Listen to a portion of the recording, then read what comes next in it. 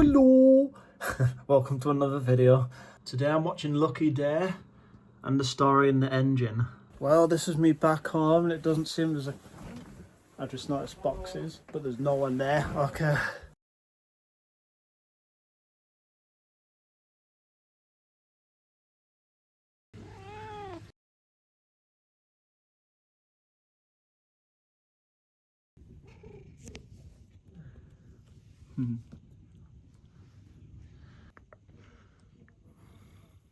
Do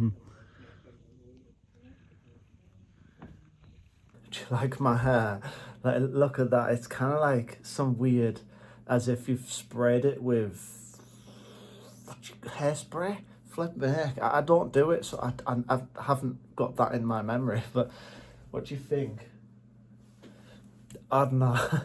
I've been told for that kind of suit a man bun, so I'm going to try it out. And it's definitely more comfortable than a ponytail recently, because when I put the ponytail in properly, well, if I don't, then it ends up like slowly falling out and it's ridiculous. And if I do, then like the hairs at like the hairline and stuff start really aching.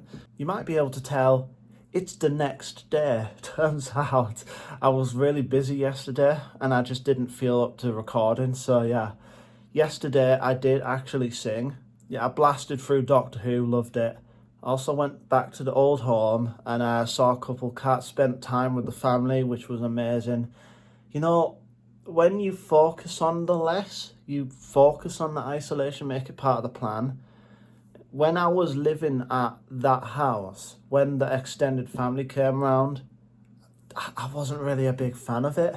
And now I'm actually going back to the old house after taking a much needed break from spending time with people. It seems much more valuable, and that's why less is more sometimes. It just makes it better quality and you start seeing the value in it when you take it away. And then I came home and I just felt like I didn't really feel like recording. I want to watch these TV shows that I want to get on with. I'm still doing all of that research for Lego Dimensions so that I can play the game and understand everything, and I can't wait for that. What are the chances that Lego Dimensions successor actually gets released before I'm done with all the research? That would be crazy, wouldn't it? Lego Pokemon is in Lego Dimensions too. That would take me a whole year to get through the whole series. Adventures in the Orange Islands, I think I got to that and I kind of like called it quits. Yeah, I've got a new strategy now where I'm not just blasting one series and absolutely boring myself to death. I'm doing currently, it sounds stupid because, you know, I'm not the target audience for these shows, but I want to do the research for Lego Dimensions. There's Powerpuff Girls, Teen Titans Go, and Adventure Time right now, and I'm loving every single one of the shows because they are actually funny. I can tell, if I can get the words out, and I can tell why they were so popular. They were popular enough to put in Lego Dimensions. I'm also planning to watch Legends of Chima, Scooby-Doo Where Are You, Sonic Boom. I'm also planning on watching Knight Rider and A-Team, as well as Gremlins 1 and 2. I keep falling into this trap of boredom. I don't know, it's just... life is so long. What do I fill it with? I mean, I've got all those TV shows of Lego Dimensions to watch, and I'll get through them all. I've also got YouTube. I'm going to edit this today.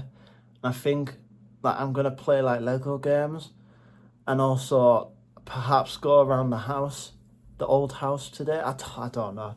I don't know if it's because I'm autistic or just human brains naturally forget the good a lot of the time, where like I'm so focused, or maybe I've unknowingly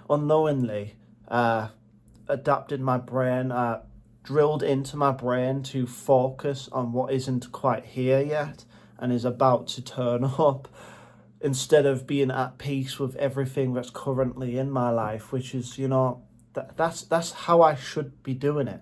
That's how I did it and got the opportunity to move into this house. It wasn't on my mind because it was already done. You're my world, you're every breath I take. You're my world, you're every move I make. Yeah, morning voice. I don't even need to open up karaoke. I don't even need to do the vocal warm-ups. I can sing whenever I feel like. And that's a difference compared to the old house where I have my little brother Luke, who is more autistic than me, and if you sing around him, he starts kicking off. So, I was limited for options when I was singing back then. But now everyone's cool with me singing, so just do it. It's also assumption too. I just assume that I am a good singer, and I assume that people want to hear me sing. So it would be nice to sing in person in front of a crowd again, because I kind of miss it.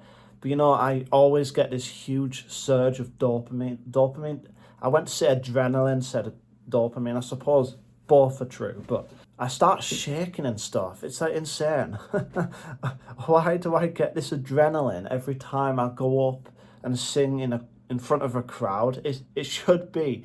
Then again, it's like this isolation from it, and then suddenly it happens, and suddenly it's out of the ordinary. Maybe even the so-called smaller performances are meant to feel much more special, and that's why I'm not being bombarded with a ton of these performances. There's even some performances where the speakers we take don't actually work, and we've been unable to actually sing in that environment, so we had to just stop and just do the dances instead. That's how quote unquote small these performances are, where their equipment doesn't even work. But maybe I'm destined for a small life, or maybe I'm slowly building up, being prepared for a much bigger life. I don't know. It's really hard to say because I am on a completely unique journey to everyone else. I don't know how this is going to go for me. But fame to me doesn't actually seem advantageous. It just seems to be a ton of people with insecurities kind of hoping that I can fix their issues when it's on them to fix their own issues. I mean, I've fixed myself from the inside out, and then suddenly all these cool things want to spend time with me. I attract a ton of cool things. That's how to do it. Forget your insecurities because they're not helping you. Unless you want to attract more insecure things, then go ahead. You want to ruin your life? Go ahead. I mean, I've been getting some new faces turning up in my comment section, and I love you all, yes. But sometimes I'm suggested advice that just doesn't align. Like, for instance, I was being told to change the way I look and things. And if anyone has a problem with me, that's their issue. I'm not insecure enough to pursue this kind of journey. I've often said that I'm not insecure enough to pursue an actual relationship with just anyone. I know that the universe is going to bring me the right person. Maybe I have to align with that kind of lifestyle. Or maybe I have to be patient for every other element to be ready. Because I'm not looking for this stuff to turn up in the quickest way and be ruined. I want it to be done efficiently and in good quality. And that's not always going to be quick to find me. So I have to be patient. This is another example of accepting less for me. Look at this telesnap. It's an actual legit telesnap. I think that's the first Doctor's trousers. And if you look there, that's a shot of the TARDIS in I think it was the Himalayas or something like that. The roof of the world, definitely. That's a shot I've never seen before. And that's exciting to me. It's just slowly we're getting more and more Marco Polo. The only footage we have of Marco Polo is the cliffhanger of the Edge of Destruction leading up into that story. And at the end there's apparently a clip where the TARDIS is kind of fading from shot, but they really had maybe 1-2 seconds of footage. The rest of the 7 episodes of 20 minutes we don't have any footage of, and that can be infuriating sometimes. I'm like, oh, but I just want to watch Marco Polo. I know it can turn up as easily as it can, but I've been left on red here. It really does feel like it sometimes. But you just have to realise it doesn't actually matter. And I am attracting 97 missing Doctor Who episodes coming back. But even then, like, in the grand scheme of things, 97 episodes isn't actually that much. I think Emergency Ward 10 had about 30 episodes recovered, missing ones too. But you know, that show's missing like 1,000 episodes. So, considering Doctor Who is only missing 97, it's not actually that bad compared. I know they're all coming back. So the fact that the universe is still playing this game with me where, oh, you know they're coming back, and yet you haven't received them yet. Sick. Then do I just keep going in this mindset, or do I have to change up my mindset? I swear there's certain moments in my life where I'm like, am I still doing something wrong? Why is it resisting me still? I mean, in just 2 more days, tomorrow I will be finally caught up on my rewatch of Doctor Who, and then the day after will be the first day in 9 months since actually just not watching Doctor Who all day. So I think maybe at that point I will start to forget about Doctor Who just long enough for these manifestations to come through. I mean, for the majority of my manifestations, if not all of them, they all turned up when I wasn't thinking of them.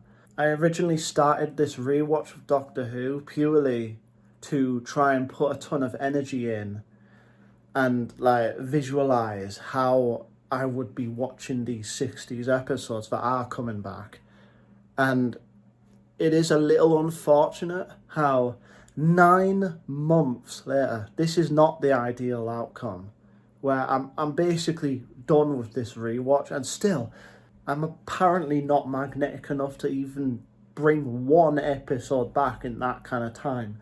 How flipping long is it going to take for all of the 97 episodes to turn up? I don't know. For all I know, I very much believe that all 97 episodes could turn up on the same day. Like, that's how miraculous my life is. I'm hearing stories like, oh, they know of 6 missing episodes, which is a start, definitely, considering 60 years on from these episodes apparently having trouble with, like, getting sold overseas, and then, like, the episodes go on walkabouts, I think it's described as, and people not doing the proper paperwork, and suddenly all these episodes just kind of vanish. And people were literally stealing these episodes, saving them. I mean, the BBC clearly forfeited their right to have them because they were literally going to junk them. So, in a way, it's not really stealing, it's saving them. Honestly, the most difficult one is The Feast of Stephen, which was the only episode not to be sold overseas. And I feel someone's probably stolen that, and it'll just turn up. So I've found that it can be incredibly easy to get in this trap of being way too attached to the outcome of something. It's less about the destination and more about the journey, because I've found that when you reach the destination, you receive the manifest. Like this house, for instance. It's just like, oh, it's done. I mean, I get to spend all this time enjoying this house now, but it still feels like it just kind of goes into the subconscious or something, because I start focusing on everything else, like the other manifestations that I've been focused on, instead of just embracing this new house, which I should be doing. When you start reframing your mind and thinking of all these cool things that you currently have, you will be surprised by how exciting your life becomes. I mean, for instance, like, I've got 3 monitors there. Imagine how many people don't have this kind of money to afford this stuff. But, you know, I've had these monitors for years. Maybe that's a good thing too, where stuff feels like filler content, less than like proper stressful situations. Maybe that's the ideal outcome, where everything feels kind of like nothing's going on and it feels so normal. Maybe that's the idea, and I should be embracing more of those days of like, oh heck yeah, my life is so comfortable that I can feel that it's a bit boring. I mean, that's an achievement in itself, to feel bored. I'm rewarded by the universe a boring day instead of, you know, the most absolutely horrendous situations. if we want to discuss filler days, I had one day I just kind of dedicated as much time as possible to just meditation. I must have just sat down and sort of talked in my head or talked to myself for 5 hours through the day. 5 hours. That's insane. And I was happy. I was fulfilled. It's just turned 11:11. Yeah, I'm going to repeat this as well, like the car journey, where we are all the passengers and the universe is the driver. You can influence the driver and just go like in your thoughts like, oh, hey, Doctor Who missing episodes coming back. Yeah, that sounds like a really good journey. Becoming a soulmate to a soulmate, just living happily.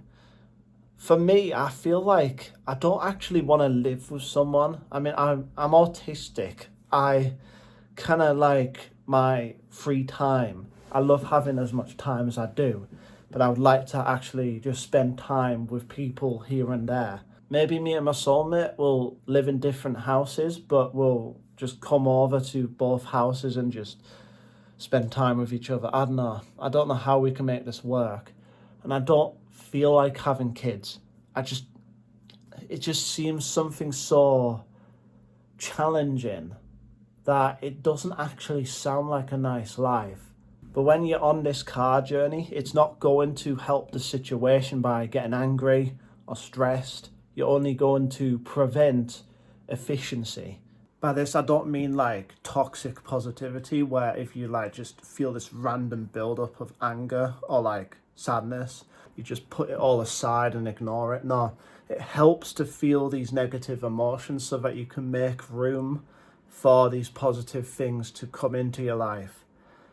But you know, if you're always responding in this way where you're angry and stuff and you have no control of your emotions, then you're just going to prevent everything from happening. Staying calm in these situations ends up with the better outcome because you just attract what you're focused on. If I'm focused on being calm, the outcome will always be calm. I do get tested by the universe. You know, you're not going to reach these dreams if you're not allowing the universe to actually prepare you and build you up so that when these are introduced in your life, you're not going to crumble because you kind of skipped all the steps. And I found it can be very easy for me to just skip all the details and like how it would actually work in my life. I mean, that's what I did for this house that I've moved into. I just didn't think of the details of how it would actually happen in sync with everything else in my life. And it's not important. The how is not important. Just focus on what. I love to watch 60s Doctor Who episodes, and especially the ones that were previously lost to time. I mean, for instance, The Enemy of the World. There was only ever one episode out of 6 that was available at one point, and then in about 2013, the other 5 episodes became available. So that's awesome. And I know that can happen for every single episode, and it will. So instead of focusing on what is lost, the 3D is only ever a reflection of what I'm inside. So just focus on, hey, the enemy of the world got found. Heck yeah. I need to shut up. Anyway, if you got this far, put quote in the comments. Also, if you haven't already, leave a like and subscribe. Anyways, I love you all. Hope you have a good day, and I'll see you in the next video. Bye.